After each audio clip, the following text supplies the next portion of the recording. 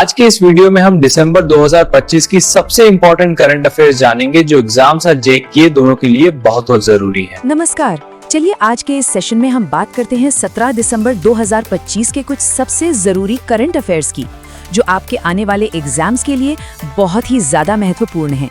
आज हम यूनेस्को की एक बहुत बड़ी घोषणा से लेकर भारत की टेक्नोलॉजी में एक नए माइलस्टोन तक सभी जरूरी टॉपिक्स को एक-एक करके आराम से समझेंगे।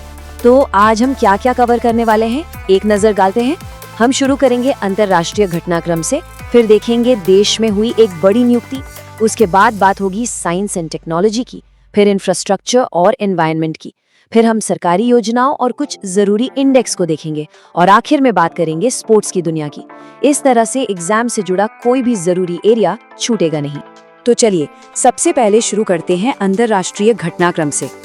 इस सेक्शन में हम यूनेस्को द्वारा दी गई एक बहुत ही महत्वपूर्ण सांस्कृतिक मान्यता पर बात करेंगे और उससे जुड़े कुछ और फैक्ट्स को भी जानेंगे जो एग्जाम में आ सकते हैं। तो पहला सवाल जो हमारे सामने आता है वो एक बहुत ही यूनिक कल्चरल अचीवमेंट से जुड़ा है। ऐसा दुनिया में पहली बार हुआ है कि किसी देश के पूरे नेशनल कुजीन यानी कि राष्ट्रीय व्यंजन को यूनेस्को ने अपनी अमर्त्य सांस्कृतिक विरासत की लिस्ट में शामिल किया हो। तो सवाल ये है कि वो देश कौन सा है? तो इसका जवाब है इटली। यूनेस्को ने इटालियन कुजीन को अमूर्त सांस्कृतिक विरासत यानी इंटैंजिबल कल्चरल हेरिटेज का दर्जा दिया है। अब देखिए, यहाँ ये समझना जरूरी है कि अमूर्त विरासत का मतलब क्या है।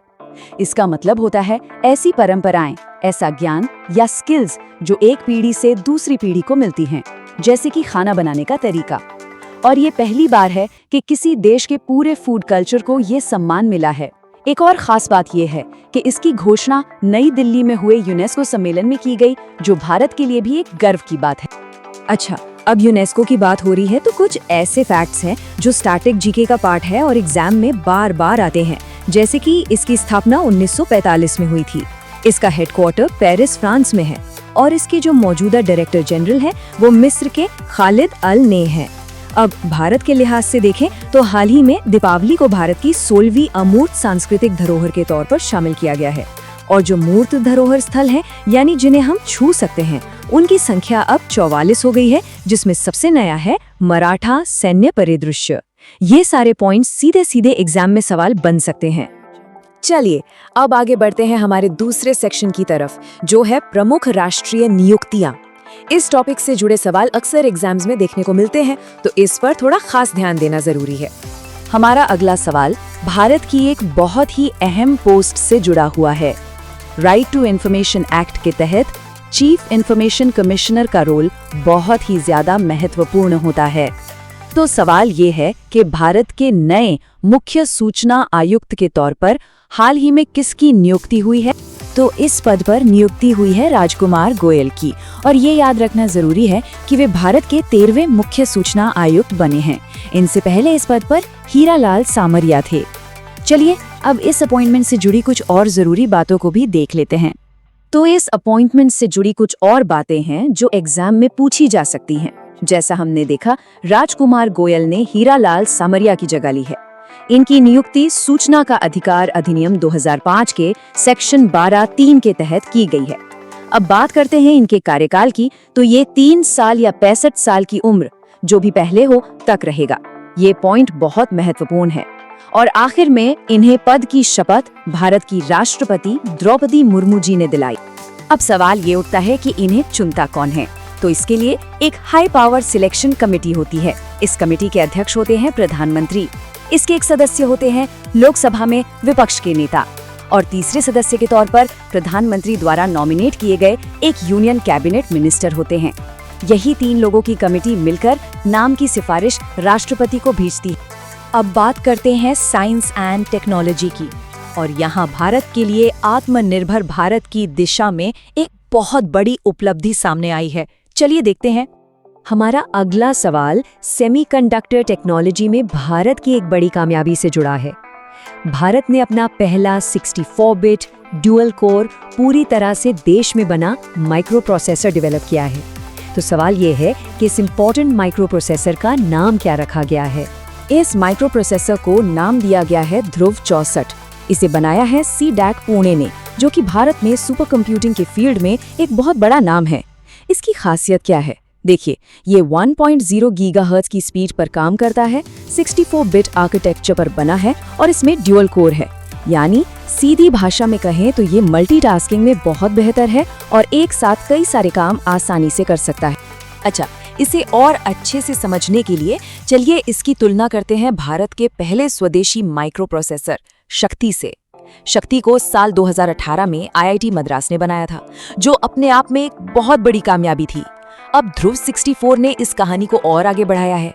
जहां शक्ति ने एक शुरुआत की, वहीं ध्रुव 64 अब 64 बिट ड्यूअल कोर टेक्नोलॉजी के साथ आया है, जो इसे और भी ज्यादा पावरफुल और मॉडर्न बनाता है। चलिए अब हमारे चौथे सेक्शन पर आते हैं, जो इंफ्रास्ट्रक्चर और एनवायरनमेंट से जुड़ा है।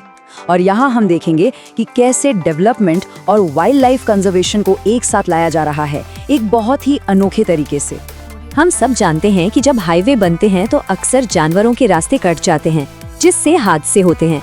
इसी मुश्किल को हल करने के लिए भारत में अपनी तरह का पहला प्रोजेक्ट शुरू किया गया है। तो सवाल है, भारत का पहला वन्यजीव सुरक्षित राजमार्ग किस नेशनल हाईवे पर बनाया गया है? तो ये अनोखी पहल शुरू हुई है मध्य प्रदेश में नेशनल हाईवे 45 पर।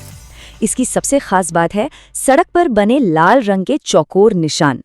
ये निशान एक तरह का ऑप्टिकल इल्यूजन यानी दृष्टि भ्रम पैदा करते हैं, जिससे ड्राइवर्स को ऐसा लगता है कि सड़क पर कोई स्पीड ब्रेकर या रुकावट है, और इसी वजह से वो नेचुरली अपनी गाड़ी की स्पीड कम कर लेते हैं।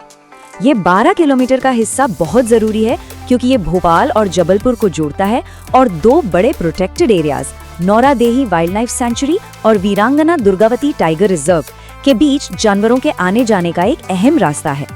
अब बारी है हमारे 5वें सेक्शन की, और ये बहुत जरूरी है, सरकारी योजनाएं और इंडेक्स। इसमें हम पहले एक नए सरकारी पोर्टल की बात करेंगे और फिर देखेंगे कि एक ग्लोबल इंडेक्स में भारत की परफॉर्मेंस कैसी रही है। गवर्नेंस को बेहतर और पारदर्शी बनाने के लिए सरकारें आजकल डिजिटल प्लेटफॉर्म्स का खूब इस्तेमाल कर रही हैं। इसी से जुड़ा हमारा अगला सवाल है, हाल ही में किस राज्य सरकार ने मेरी योजना नाम से एक पोर्टल लॉन्च किया है? तो ये पोर्टल लॉन्च किया है उत्तराखंड सरकार ने। मेरी योजना पोर्टल का मकसद बहुत साफ है। अक्सर लोगों को ये पता ही नहीं चल पाता कि उनके लिए कौन कौन सी सरकारी योजनाएं चल रही हैं।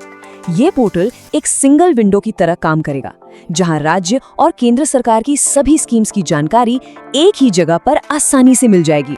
चलिए अब इंडेक्स की बात करते हैं, और ये जुड़ा है आर्टिफिशियल इंटेलिजेंस यानी AI से। स्टैनफोर्ड यूनिवर्सिटी हर साल ग्लोबल AI वाइब्रेंसी इंडेक्स जारी करती है। तो 2024 के इस इंडेक्स में भारत की रैंक क्या रही है? भारत ने इस इंडेक्स में तीसरी रैंक हासिल की है, जो कि एक बहुत ही शानदार उपलब्धि है। ये इसलिए भी खास है क्योंकि पिछले साल 2023 में भारत 7वें नंबर पर था। यानी सिर्फ एक साल में 7th से 3rd रैंक पर आना ये दिखाता है कि भारत AI के फील्ड में कितनी तेजी से आगे बढ़ रहा है। तो जैसा कि साफ है, भारत अब AI की दुनिया में टॉप 3 प्लेयर्स में शामिल हो गया है। पहले नंबर पर अमेरिका है, दूसरे पर चीन और उनके ठीक बाद तीसरे नंबर पर भारत। ये दिखाता है कि भारत अब AI टेक्नोलॉजी का सिर्फ एक यूजर नहीं, बल्कि एक बड़ी ग्लोबल पावर बनकर उभर रहा है।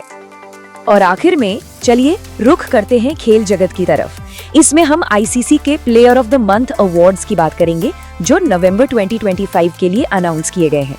तो नवंबर 2025 के लिए ICC women's player of the month का खिताब जीता है भारत की धुआंधार ओपनर शिफाली वर्मा ने, और मेंस कैटेगरी में ये अवार्ड मिला है साउथ अफ्रीका के स्पिनर साइमन हार्मर को।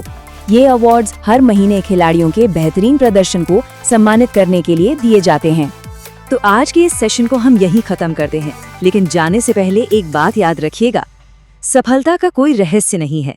ये तैयारी, कड़ी मेहनत और असफलता से सीखने का परिणाम है। कॉम्पिटिटिव एग्जाम्स की तैयारी भी बिल्कुल ऐसी ही है। रोज करंट अफेयर्स पढ़ना और उसे रिवाइज करना ही आपकी तैयारी को मजबूत बनाता है। तो बस सीखते रहिए, मेहनत करते रहिए। धन्यवाद। अगर वीडियो यूजफुल लगा तो लाइक करें, सब्सक्राइब करें और इसे अपने दोस्तों के साथ जरूर शेयर करें।